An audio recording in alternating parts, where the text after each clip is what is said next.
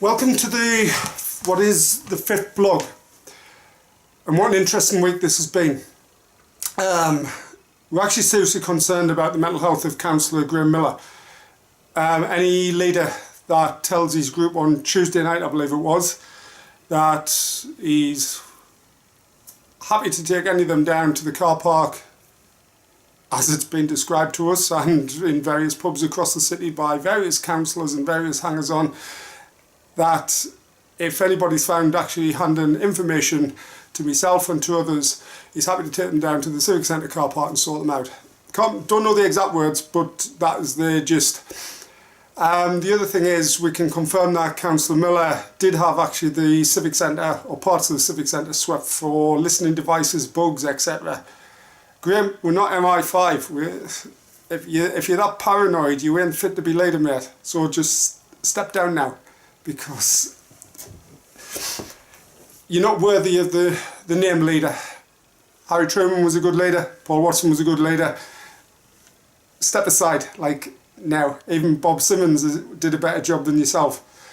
And it's just ridiculous, the sort of antics that you're getting up to, and the level of paranoia is actually quite frightening. It really, really is. And it's funny on one hand, but that actually also says how unstable you are, how aggressive you are, the sort of state of mind that you're in. And I think maybe your wife needs to calm you down and have a chat with you. And also you need to get rid of some of your sidekicks, the Essels, the Kellys, who clearly are your bully boys, because you're actually quite a weak individual. I've got friends who know you very well and have said Graham isn't actually up to the job. Graham has been propped up by others because others like Councillor Kelly couldn't take the job because they were under financial investigations and therefore would have bailed themselves out. However, as we discovered, Councillor Miller shouldn't have took the job either, because we've got a list of 20 misdemeanors on various websites. Like his company took public money from area committees that his wife sat on approving the deals, but one of them he didn't declare on the public register, another one he did. The one he didn't was 15 grand, the one he did was 30 grand. We've done our homework, Graham. It's all out there, the public domain. You sat on the board of the Children's Trust in 2013 with Pat Smith. 2 years later, that trust failed under Ofsted, but you kept your job because you're now on the new trust, but you were also on adult services where kids were being denied a service, disabled kids, mine included, don't forget. Mine was party to this, okay, just before your time, but you approved the documents and stuff and carried on the practices and procedures. But unfortunately, some of those kids died before they actually got services that would have changed their lives. They were denied actually a bit of respite from the crap that they've got in life. 3, you were portfolio holder, and various things went on within adult services around Alan Caddick, yourself. You agreed budgets in Cabinet, including your first budget of slashing funds to vulnerable people, whilst ramping up the budgets for Cabinet on personal spend. You slashed adult services, you slashed children's, you've slashed various other community budgets. This isn't a man who said in his email, we're going to put money back into the community via the area committees and the rest of it. You've actually grabbed power, and by Christ you're holding on to it. You're actually a bit of a charlatan, bit two-faced, a bit of a Janus. You're close friends of Councillor John Kelly, who's been investigated for financial budget irregularities. We don't even know where those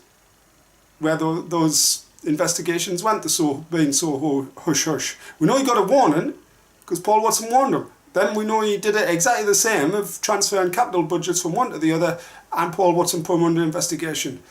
Would someone actually like to make it public what the outcome of that investigation was and why John Kelly is still a portfolio holder? Because I tell you what, if an officer have done that, and many have over the years, even on minor things, they are soon removed. But you seem in the Labour Party as though you're quite happy to sit around with people whose practices ain't what us public demand. Us public demand the threshold to be up there, and you seem to be operating down in the murky waters, the shite of this world. So it's about time you raised your game. On Tuesday night, apparently Councillor Doris McKnight and the wonderful Councillor Ellen Ball, you remember her, of 3 private houses, whilst getting income from 3 private houses while living in a Gen 2 property, went down to Len Lothers to deny it all, but then shafted Len and various other people, has got offered the actual people the people who were telling sort of hit him within the Labour group. The Labour group held their head in their hands and went, Ellen, why didn't you take the information? She bottled it. And these are the sort of people in riot that you've got a councillor. You've got Councillor Essel, who's basically just the biggest bully boy walking. They moved him from Barnes to protect him in case he lost his seat. Part of the Julie Elliott little mob, and the sort of big bloke behind Miles and, you know, the missing councillor from my ward, Southwick. Come on, Miles, I'd like you to do some work. So these are the sort of people, but Doris McKnight and Ellen Ball, apparently on Tuesday night, asked Graham Miller what happened to the £1,000 that apparently went into your own private bank account. I'm suspecting this is Labour Party funds, not council money, but at the same time, if you understand them, you may want to go and investigate them. We've talked about bugs and paranoia. The last guy who sort of got into that game was Dave Smith, the chief exec with us. He swept his office and he thought I bugged it. I don't work for a tech company, but hey, if you want to attribute all that stuff to us, hang it somewhere, you know, because you're clearly paranoid. You've lost some of your key cabinet because they've broken the ranks of silence, because when Stewie Porthouse is sitting with former councillor Les Scott, him of the £5,000, Lazarus, I've named him now, paid Lazarus £5,000 not to open. Lazarus spent the money and still opened. Tough luck, Les, you lost a bet. When they sat in a pub discussing all this and validating what was exactly fed back to us, then basically we're going to publish because we know it's true. And that's the problem, Graham. You also threatened in that meeting to sue us. Hey, bring it on, because our list of truths far outweigh any slight little issues of wrongness. And I tell you what, under the laws of slander and under the laws of libel, it'll go on for years, you'll get dragged through the courts and your name will be mud to the point you won't even get a job as a cleaner at the end of it. Because the stuff we've got is pretty powerful. You know, you've got kids dying, you've got money's being moved around, you've got this bloody jobs for vote scandal like you did with your 32 votes.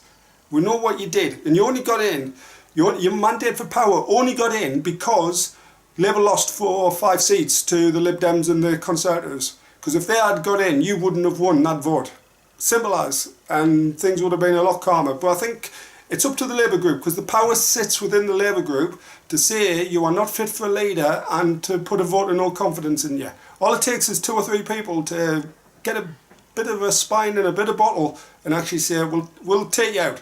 Because I tell you what, the city is waking up to what Labour are doing. And Graham, you're dragging them down into the gutter. If you thought what Len Leather and his crowd were doing before was doing you damage, what you're currently doing is actually damaging all 55 Labour seats to the point, the best thing, and I've said this to you today, the best thing is if you want a mandate, all 75 councillors resign, create a citywide election, but only go off the mandate of what each leader of each party will actually bring to the city. Let's have a vote on the future of this city. Not on the little wards and dog shit and the rest of it, like that guy in Fulwell who lost and stuff and thing. Let's actually vote on what it is you want to think, because there's dissident groups down Seaburn, Fulwell, everywhere about land, property, you name it, Siglian, it's happening.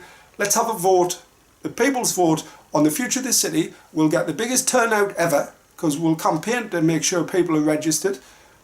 Set the date for about 8 weeks' time to give everybody a fair chance, a bit like a referendum, and let's see whether your vision for the city actually stacks up, or whether the people say, actually, you're not fit for purpose, and we'll either diminish the Labour group to the point and take you out, where you've got to have a different set of people, or it'll be a different party, possibly, or even a hung council. Don't know, but have the gumption to do it. If you want to rule power when you haven't got a mandate, then put that mandate in place. Your leader of the National Party, Jeremy Corbyn, did when the MPs took them out, and 3 of them are sitting in our city, 2 of which have subsidy shafted them even further. Then just go to the people and let the people decide. Have the balls to do it, but I suspect you won't, because you haven't got any. Simple as. You also had a too close a working relationship with Alan Caddick, who between years cooked up the whole thing around crashing the support housing market and made loads of people homeless, you know, just chucking people out in the street left, right and centre, and all it was about was getting rid of Claire Phillipson. because you knew that we were damn close to busting the thing with Vera Baird, because she's the only thing stopping the police actually investigating Claire Phillips and Alan Caddick and busting this whole thing far wide open and jailing people. You know, we're talking about a £4-5 million fraud here. Out of my budget, when I didn't sanction it, but Alan Caddick did, and various other people like Neil Ravey and thing, and it came up. And somehow, between children's services and adult services, you seem to be floating around. Because you knew about everything, because when the Lazarus Trust busted the first door open in 2013, you were actually portfolio holder. And you're telling me that you're claiming no responsibility for it, or for the subsequent cock-up investigation of officer, what was it described as? Officer error. What a load of bollocks. I'm going to stop there because I don't need to say more, Graham. You just need to actually wake up, smell the coffee, realise you've got yourself into a bloody big hole through your actions of trying to bully and harass people and whatever, and we ain't having it. Simple as. And if you want to take me on, fine. Take us through the courts. But I tell you what I'm loaded with in terms of evidence and people who will testify against you, then you might want to just think. I'm not one of the other people that you've managed to drag into court so far. People have. You know, I'm not a Charlie, I'm not an Ian McCready and stuff like that. Because I was a bit too savvy in what I've set up. Your CLPs, your Constituency Labour Party groups, are starting to get a bit twitchy about you. Your spies in the camp are telling me enough to say it's a case of how long, not if. So I'll say good night, I'll leave it there and let the people actually watch this. I'll tweet it everywhere, I'll put it on Facebook everywhere and let them decide, are you actually fit to be our leader? Because clearly at the moment you've got a bit of a problem, and I think a bit of a personal problem, in that you're seeing your ego run away with itself and it ain't in check and you just need to get a grip of life, mate. Okay, bye.